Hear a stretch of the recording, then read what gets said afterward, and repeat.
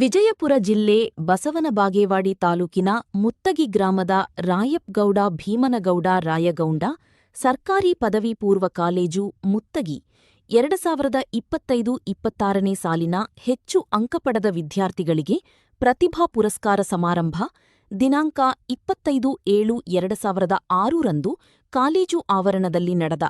ಪ್ರಾಚಾರ್ಯರಾದ NP. Biradar ಅಧ್ಯಕ್ಷತೆ, SD. Nadaf ಸ್ವಾಗತ ಭಾಷಣ ಹಾಗೂ ಪ್ರಾಸ್ತಾವಿಕ ಭಾಷಣ, ಮೊಹಮ್ಮದ್ ವಿಶಾಖ್ ಭಗವಾನ್ ಉಪನ್ಯಾಸಕರು ಕಾರ್ಯಕ್ರಮದ ನಿರೂಪಣೆ ಮಾಡಿದರು.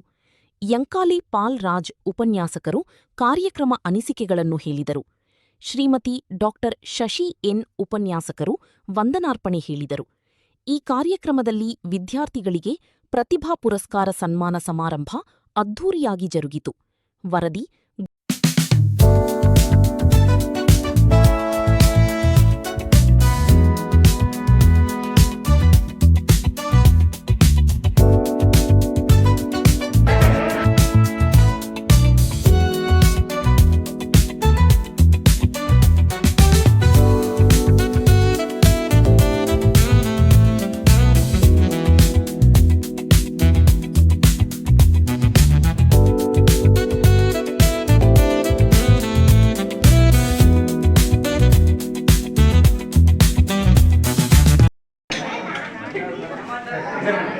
ಸ್ವಾಗತದೊಂದಿಗೆ ನಮ್ಮ 2025-26ನೇ ಸಾಲಿನಲ್ಲಿ ಕಾಲೇಜಿಗೆ ಅತಿ ಹೆಚ್ಚು ಅಂಕಗಳನ್ನು ಪಡೆಯುವುದರ ಜೊತೆಗೆ ಜಿಲ್ಲೆಯಲ್ಲಿ 100% ಫಲಿತಾಂಶವನ್ನು ಪಡೆದಂಥ ಏಕೈಕ ಕಾಲೇಜಾಗಿ ಈ ಮುದಿ ಕಾಲೇಜು ಹೊರಹೊಮ್ಮಿದ ಪ್ರಯುಕ್ತ ನಮ್ಮ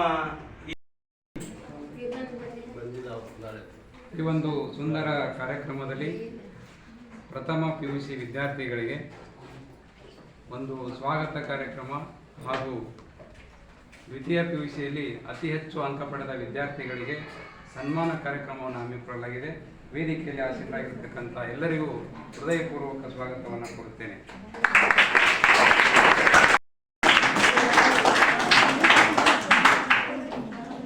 ಈ ಒಂದು ಕಾರ್ಯಕ್ರಮವನ್ನು ಪ್ರಾರ್ಥನೆಯ ಮೂಲಕ ಚಾಲನೆಗೊಳಿದ್ದೇವೆ. ಪ್ರಥಮ PUC ವಿದ್ಯಾರ್ಥಿನಿ, ದ್ವಿತೀಯ PUC ವಿದ್ಯಾರ್ಥಿನಿ ಆಗಿರ್ತಕ್ಕಂಥ ನಂದಿನಿ ಮತ್ತು ತಂಡ.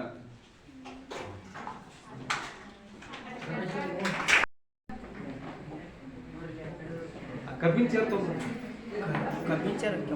ಹೌದಾ?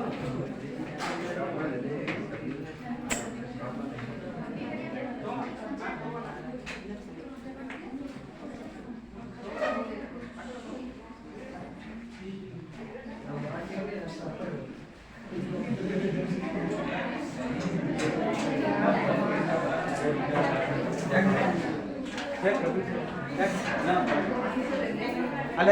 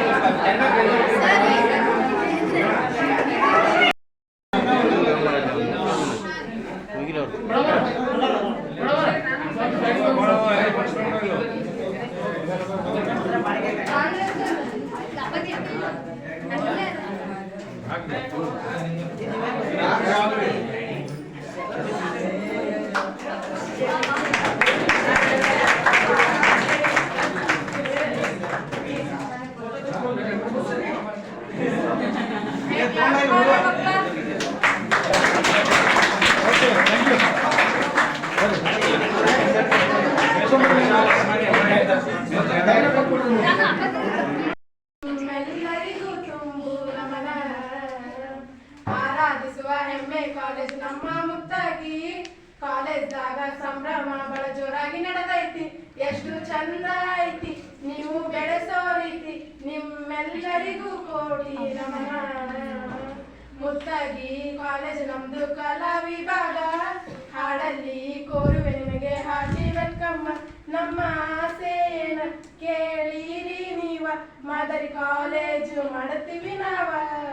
ನಮ್ಮ ಕನಸ ಏನ ತೋರಿಸ್ತೀವಿ ನಾವ, ಹಿಮಾಲಯದಂಗ ಬೆಳಿತೀವಿ ನಾವ. ನಮ್ಮೂರಾಗ ನಮ್ಮ ಶಾಲೆ ಹೆಮ್ಮೆ ಅಂತಾರ, ಅಕ್ಷರ ಕ್ರಾಂತಿ ಮಾಡಲು ನಮಗ ನೀವಾದಾರ. ಬಸವಣ್ಣ ನೀನು ನೆಲೆಸಿದ ನಾಡ ಎಂದೆಂದಿಗೂ ಉಳಿತದ ಜನಾಮರ.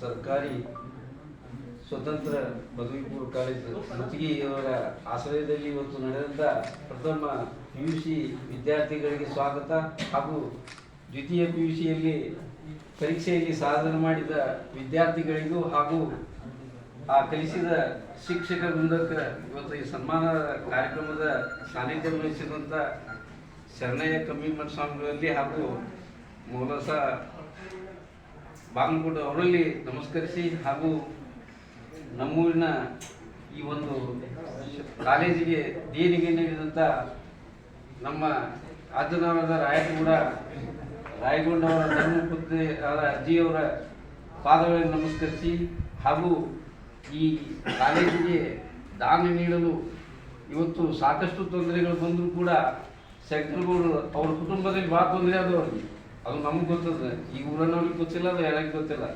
ಆ ಎಲ್ಲ ತೊಂದರೆಯನ್ನು ನೀಗಿಸಿ ಅವರು ನಮ್ಮ ತಂದೆ ಶಂಕರಗೌಡರಂತೂ ನಾವು ಏನು ಹೇಳಿದ್ದು ಎಲ್ಲನೂ ಕೆಲಸ ಮಾಡಿಕೊಟ್ರು.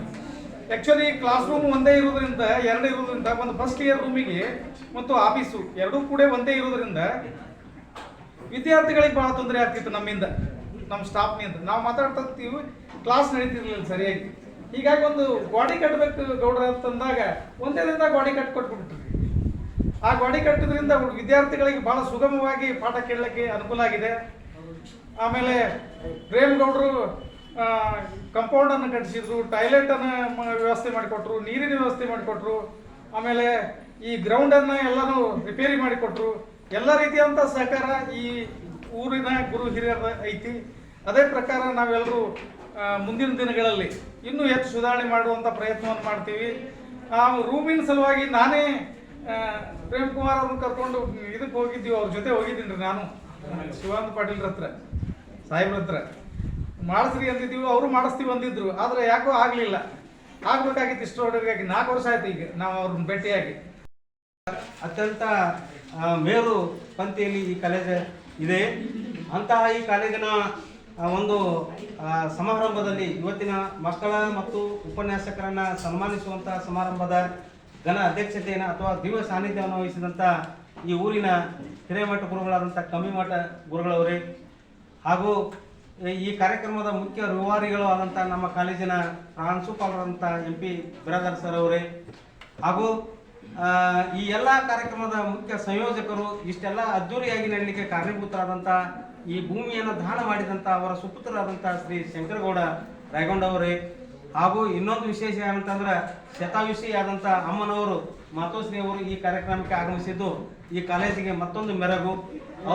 ಆ ಅಮ್ಮನವರೇ ಹಾಗೂ ಪ್ರೇಮ್ ಕುಮಾರ್ ಮ್ಯಾಗೇರಿ ಅವರೇ, ಅವರಿವರಲ್ಲದೆ ಈ ವೇದಿಕೆ ಮೇಲೆ ಆಸೀನರಾದಂಥ ಎಲ್ಲರನ್ನ ನೆನೆಯುತ್ತಾ, ಏನಂದ್ರೆ ಒಂದು ಮಣ್ಣಿಗೆ ಸಂಸ್ಕಾರ ಕೊಟ್ಟರೆ ಅದು ಮಡಿಕೆಯಾಗುತ್ತದೆ, ಸೆಗಣಿಗೆ ಸಂಸ್ಕಾರ ಕೊಟ್ಟರೆ ಅದು ವಿಭೂತಿ ಆಗುತ್ತದೆ, ಬಂಗಾರಕ್ಕೆ ಸಂಸ್ಕಾರ ಕೊಟ್ಟರೆ ಅದು ಆಭರಣವಾಗುತ್ತದೆ. ಅದೇ ರೀತಿಯಾಗಿ ಈಗಿನ ಮಾನವನಿಗೆ ಒಂದು ಸಂಸ್ಕಾರ ಕೊಟ್ಟರೆ ಮಹಾಮಾನವನಾಗುತ್ತಾನೆ ಅನ್ನುವಂಥ ನಿಟ್ಟಿನೊಳಗೆ ಇವತ್ತು ನಾವು ನಮ್ಗೆ ಏನು ಬೇಕಾಗಿತ್ತು ಅಂದ್ರೆ ಸಂಸ್ಕಾರ ಅತಿ ಮುಖ್ಯವಾದದ್ದು. ಅದಕ್ಕೆ ಒಂದು ಮಾತು ಬರ್ತದೆ, ಏನಂದ್ರೆ ಪರೀಕ್ಷೆಯೊಳಗೆ ಹೆಚ್ಚು ಅಂಕ ಪಡೆಯುವುದು ಎಷ್ಟು ಮುಖ್ಯವೋ ಅದೇ ತರನಾದಂಥ ಜೀವನದಲ್ಲಿ ನಾವು ಮಾನವೀಯ ಮೌಲ್ಯಗಳನ್ನು ಅಳವಡಿಸ್ಕೊಳ್ಬೇಕಾಗೈತಿ. ಆ ನಿಟ್ಟಿನಲ್ಲಿ ಇವತ್ತು ಅಂಥ ಮಾನವೀಯತೆಯನ್ನು ಎತ್ತಿ ತೋರಿಸಿದಂಥ ರಾಯಗೊಂಡವರಿಗೆ ನಾವು ಎಷ್ಟೇ ಹೋಳಿದ್ರು ಕೂಡ ಏನಂತಂದ್ರೆ ಸಾಲದು. ಅಗರ್ಭ ಶ್ರೀಮಂತರಾದರೂ ಕೂಡ ಎಷ್ಟೋ ಮಂದಿ ಇವತ್ತು ನಮ್ಮಲ್ಲಿ ಮಹಾನ್ ಶ್ರೀಮಂತರಾದಾರ, ಕೊಡು ಕೈಗಳು ಬಹಳ ಕಡಿಮೆ ಅದಾವು. ಅಂಥ ಶ್ರೀಮಂತರು ಇವತ್ತು ನಮಗೆ ದಾನ ಮಾಡಿದ್ದಾರೆ ಸುಮಾರು